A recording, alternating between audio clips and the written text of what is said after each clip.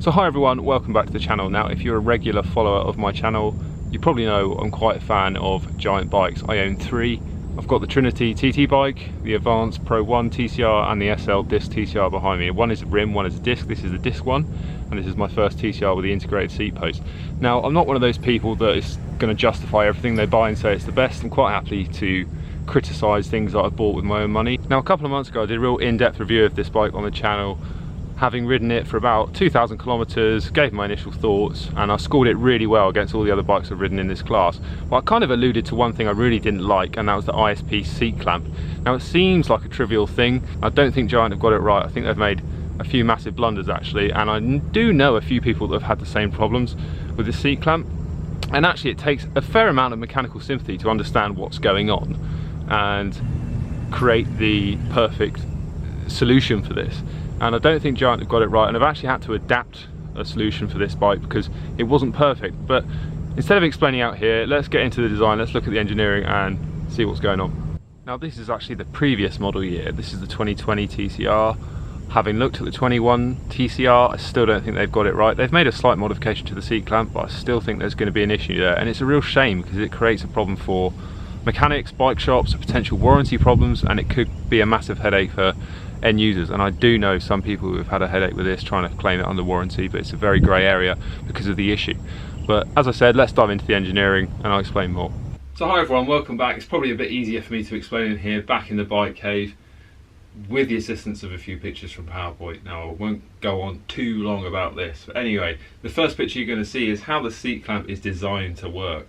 So you slide the seat clamp over the ISP, and there's supposed to be a very flat abutment on the two faces, the top of the seat mast and the bottom of the ledge inside the CNC ISP, just supposed to sit against each other nice and square, and then the pinch bolt is only there to secure the clamp on the mast, so it just literally doesn't pull off. But unfortunately, like most things in engineering, it doesn't work as easy as that because there are things called tolerances, and the tolerances of this part has messed up the whole application. So let's look at why.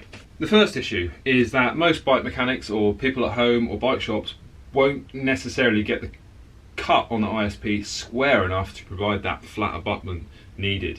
Now a lot of bike shops use something called a park tool cutting guide or something similar, and that actually is fine for steerer tubes and most tubes, but where you need a face-to-face contact, which is actually unique to this application, like when you're cutting your fork steerer, you basically don't need it to be square, you just need it to be low enough so it doesn't touch the top cap. But in this application you need a very square cut with good flatness and basically a good facing on it. And the park tool cutting guide and other cutting guides like that don't really achieve that. Basically they give you a flatness tolerance of about 1mm, which means the cutting line could be anywhere between two parallel planes 1mm apart, and that's not really good enough. And the upshot of that is I made my own clamp. I kind of knew this was going to be a problem before I even installed the seat clamp, before I even rode the bike. When I was building the frame up, I 3D printed my own cutting guide to basically make a much narrower slot for the saw to get better flatness tolerance, so I had to do less sanding and facing afterwards. Now I don't know if Giant normally supply the bike shops with a cutting guide. I didn't get one when I got my frame. I bought it as a brand new frame set only from an official Giant dealer, and there was nothing about cutting the seat post in the box. So I printed off my own guide that basically matches the profile of the ISP, the aero profile of the ISP perfectly. I drew it up in CAD, 3D printed two parts, moved them together just tight on the saw blade, and then went through it with a saw, and then I needed very minimal sanding. Anyway, I've got a video on that. So you shouldn't have to do that, that's part one. The customer shouldn't have to go to these lengths to do that anyway. But if you don't get it right, if you don't cut it square, what happens is when the ISP goes on the seat mast, it can rock on the highest point of that cut, and it doesn't have that face-to-face abutment. It's basically on a point contact, and it can rock because there's clearance in the sides. Now that's one issue. You might not think that's very of a big issue, but let's move on to the second issue. The second issue is the internal diameter of the ISP clamp, so the CNC machine part, the black part, is too big, or the other way of looking at it, the OD, so the outer diameter of the seat mast, is too small. And as you can see here where I'm measuring it, the seat mast is around 20.15 and the ID of the seat clamp is around 20.8. Now that's just, in terms of engineering shafts and hole fits, that's just off the scale sloppy. That's far too sloppy, and the consequence of that is when you put the seat clamp on the seat mast, it rocks quite a lot. There's quite a lot of slop and clearance in there. It pitches back and forward, and it can yaw quite a lot. And you really have to do the seat clamp bolt up quite tight, which is only there for security. You actually have to do it up quite tight to stop the seat rocking or yawing and pitching up and down. And that poses a problem, and that's where I've seen many problems in these ISP clamps, is that people do the bolt up so tight to stop the movement, they actually end up crushing the carbon. And the carbon is a high modulus carbon. It's not designed to take crushing loads, and there are some problems there. And I've seen numerous warranty claims and people who've been rejected warranty claims because of this issue. But I do think it's a massive issue. It's a design flaw. There's too much tolerance. There's too much slop in that tolerance on the clamp, and it's just really not acceptable. Luckily, I nipped this in the bud before I even built the bike up. I knew when I put this together, I thought, hang on, that's funny. There's a pinch clamp here, but it's not designed to load through friction. It's designed to load through abutment of you know, your weight is going down the seat post through that face-to-face contact on the top of the seat mast, not through the side. So it's not designed to be a friction transfer, but it's too sloppy. And then when you do the pinch bolt up, the clamp comes in, and because it's only split on one end of the clamp deforms to a shape that now no longer matches the outer contour of the seat mast. So you get basically pinching at the back where the clamp is less stiff. If you've got these two issues where your cut is not perfectly square, and because the clearance is a bit too large, the seat mast can rock, and that rocking will cause a fatigue on the corners of where the clamp touches the seat mast, and potentially cause cracks and fatigue cracks in the carbon. And it's just not a good design, and I can't believe Giant haven't picked it up. Now, they said they've redesigned the seat clamp for the 2021 model. This is actually the 2020 model. But having looked at it up close in the shop, I can't really notice any difference, apart from they changed the outer dimensions of it a little bit, and it looks a bit different.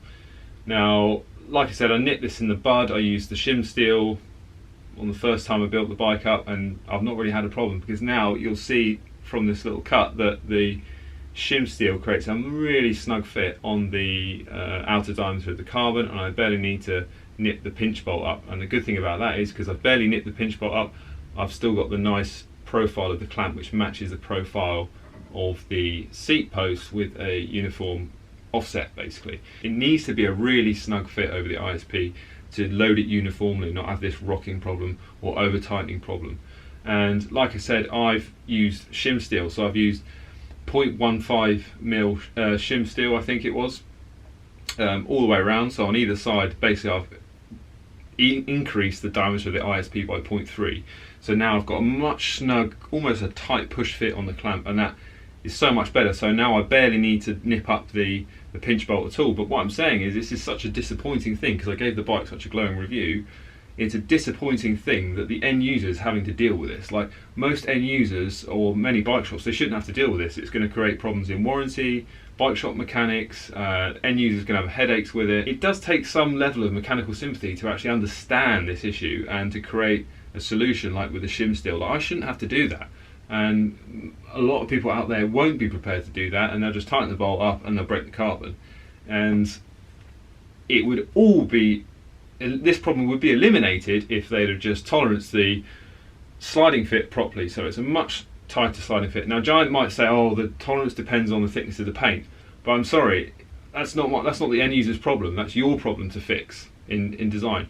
If it relies on the thickness of the paint to get the OD of the seat mast right, that's a design for manufacture problem. Don't pass that on to the customer, because it's really not acceptable. I know with the new one they've provided some like 3N tape to go around the seat mast to kind of shim out a bit, because they obviously knew this is a problem. But again, that's not really a solution. You shouldn't have to fettle. Customers shouldn't have to fettle when they buy a frame for 2,000 quid. Some might say, well, why didn't you warranty this? Why didn't you pick up with Giant? First of all, I have contacted Giant about this issue. I have not heard anything. If anyone knows a technical Giant contact out there that's not a dealer, it's very hard to get past like the dealer in your country. If you've got a warranty issue, the problem is you have to go to the dealer in your country, and quite often they just don't want to help, especially when you didn't purchase the bike off them. But if anyone's got a direct contact at Giant who we can talk this through with, please let me know, because it is such a shame. It's a brilliant frame. I can't fault it in any other way. But this is definitely an issue. It has been an issue since 2015 when this came out, back into 2015, this shape, and I think it's an issue on the new one as well. And I'm saying 99% of people won't have a problem. They just won't notice it. It might be a problem there. If you CT scan the frame, you might find tiny cracks where that bolt has crushed the carbon because someone's done up too tight. Some frames might be slightly bigger. You've got the tolerance of the CNC of the seat clamp. I might be on the big end of that tolerance. Some people might be on the least material condition, have a much tighter fit and not have any problems.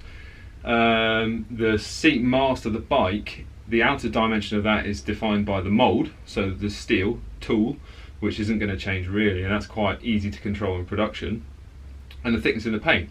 Now, I know a lot of giant frames come with much thinner paint than this, and this is a very thick, glossy, metallic, pearlescent coat, and a lot of them come barely with a skim of black, and you can pretty much see the raw carbon through them. So those ones are going to be even worse than this, which is quite alarming. So all I can suggest is they need to control the internal CNCing tolerance of the seat clamp better to better match the frames, or better match the tools, basically the steel molds for the carbon. Even if they have to QC each mold and make different batches of clamp to each mold, because each mold might have a slightly different OD seat post, then so be it. But don't pass this problem on to the customer. It's not really acceptable. And I do hope, if I ever have a problem with this in the future, that the warranty will be smooth, because to wriggle out of this one is not really excusable. Anyway, that's my rant on the seat post issue. Luckily I nipped it in the bud. If you've got any contacts at Giant, technical contacts, you can forward to me to ask about this, and ask if they fix it for the new one. Please do get me in touch with them, and if you've got any issues like this, let me know. Anyway, cheers for watching and see you in the next one.